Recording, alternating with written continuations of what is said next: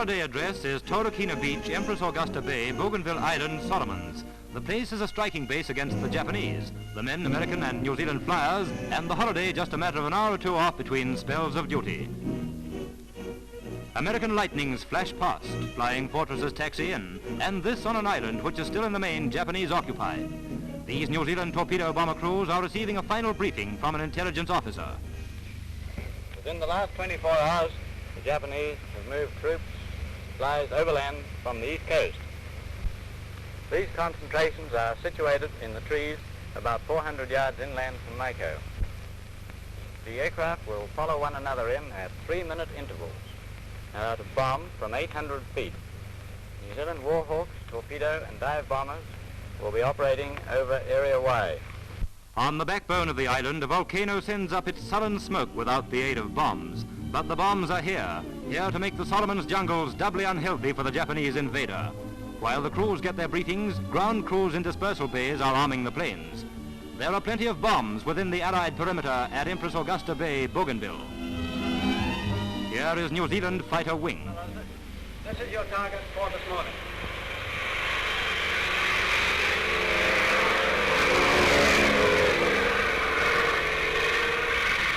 You'll remember when the Japs retreated from our perimeter, they moved over to the coast and have since built up numerous barrack buildings scattered along the coast. Now, I suggest that you go across the island, peel off at about 16,000 feet, release your incendiaries on the villages at 3,000, and you boys with bombs hit the bridges. Then retire down the coast, strafing targets of opportunity. Now, around the peninsula here, the Japs have a good concentration of AK. They've got heavy, medium, and light, and recently it's been fairly accurate. So I suggest you keep right away from that area. Well, that's about all now. Any questions? Yes. Do you think we'll get any shooting further down the coast? Oh, yes, rather. Good shooting, and good luck. Oh, and bring us back a good report. The crews go to their various types of planes. As landing strips and dispersal bays cover a lot of ground, trucks are used. These men are going to their TBFs, torpedo bomber fighters. The Warhawks are also ready. The ground crews have done their work, and the air crews are taking over to go out against Rabaul in New Britain.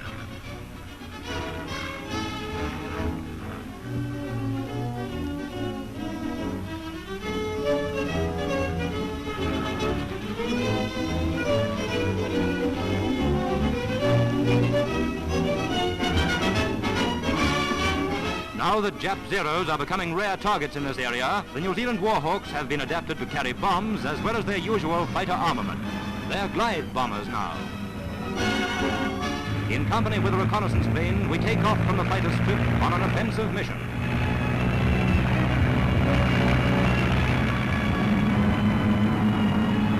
There go some of our Warhawks.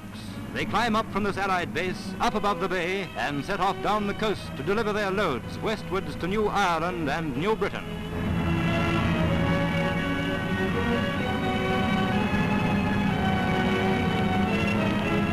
New Zealand dive bombers are up in the north, about to take part in attacks on strongly held Buka.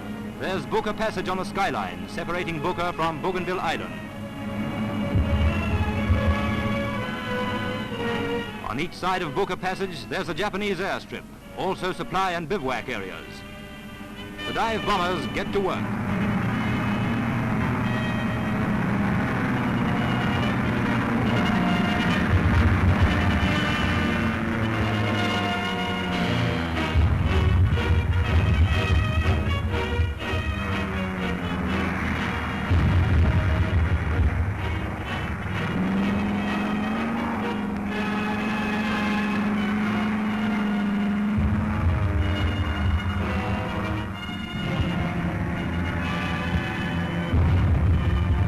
To this constant use of our air power, Buka Passage is practically closed to enemy shipping and its airstrips unusable.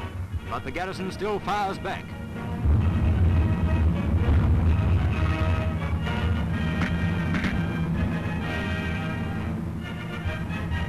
Those were Jap vegetable gardens. A TBF drops a bomb. That's only an island. there are still many thousands of Japs cut off in the Solomons, starving but fighting. The RNZAF, destroying their supplies, destroying their gardens, and bombing out their strongholds, is helping to thin them out, and making it not quite so costly and difficult for the ground troops to finish the job.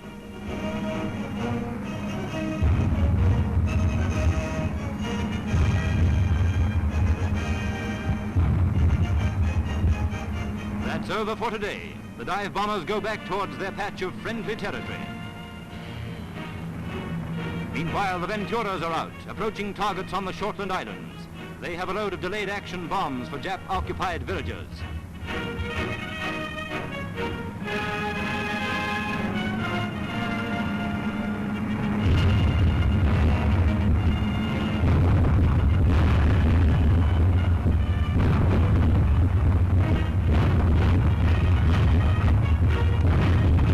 Japs near Kita have also received a packet.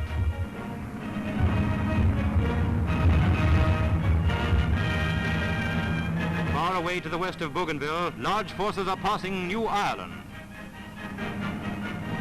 There is Cape St. George, which is heavily defended. Containing both American and New Zealand planes, the force goes on.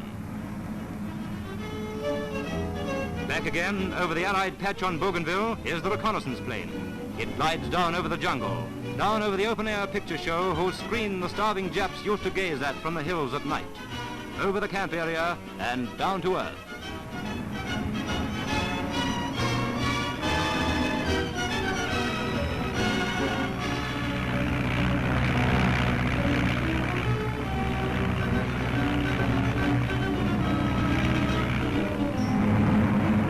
The Warhawks start coming in, back from Rabaul.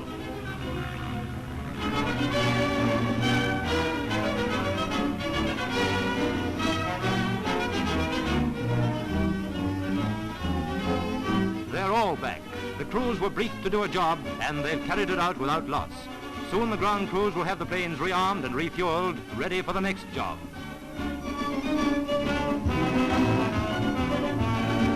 Briefing has its complement, interrogation. As soon as the planes come in, the crews are called to the witness stand to tell all they've seen to the intelligence officers. Any damage? Yes, in the port wing, and I'd say it was 40 millimetre. 10 or 15 miles off Booker Passage. Yes. And I first saw them, they were running towards the north, and then one boat stopped. One boat stopped. One boat stopped, and the other two came up and circled it. Two others came up and circled. Yes. Did it give you the impression that the other one was in trouble? Did you hit your target all right? Well, there was a lot of cloud about, but we found a gap and came down through it.